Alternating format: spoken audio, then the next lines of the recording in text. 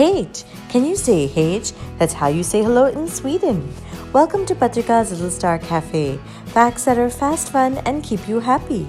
Today is Monday, February 17th, 2020, and here are today's matters for chatter.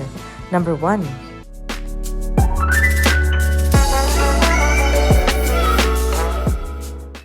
It's the largest unexpected experiment of the time, a work-from-home experiment.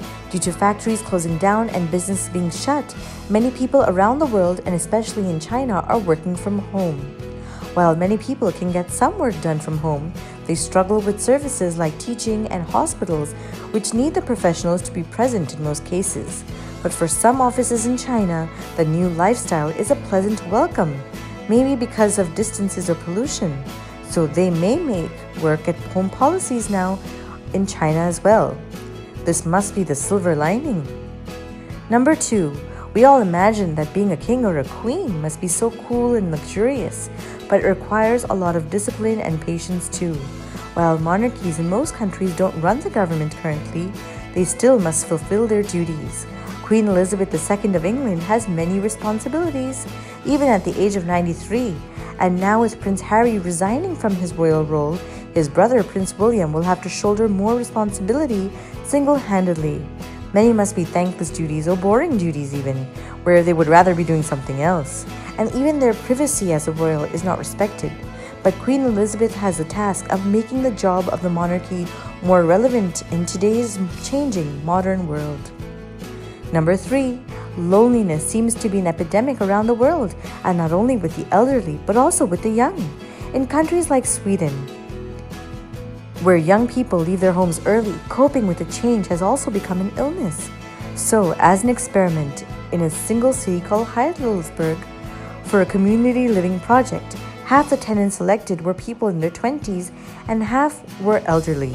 Since being social was the essence of the project, Wi-Fi was free in the common areas but chargeable in their flats.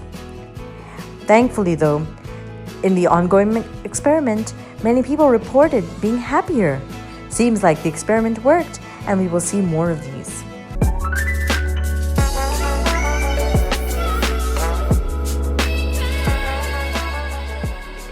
And now for today's Mega Matter.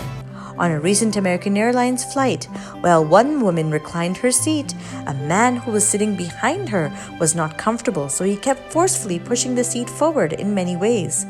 It must have been uncomfortable for the woman in the front after all too. While the woman said she did make her seat upright when the man behind her was eating, she thought she didn't do anything wrong otherwise. Well, let's think about it. She was also one hurt. Who is right after all? Or are they both wrong? And when we pay for something like a seat on an airplane, what do we expect? And what about courtesy? And when should we use our better sense? Could the scenario have been changed to make it comfortable for all?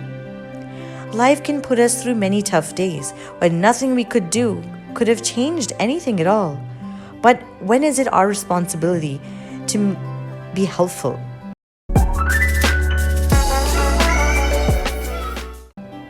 Today's word of the day is scenario. That means a likely situation. And finally, for today's quote of the day, the opposite of anger is not calmness, it's empathy. That's a quote by Mehmet Oz.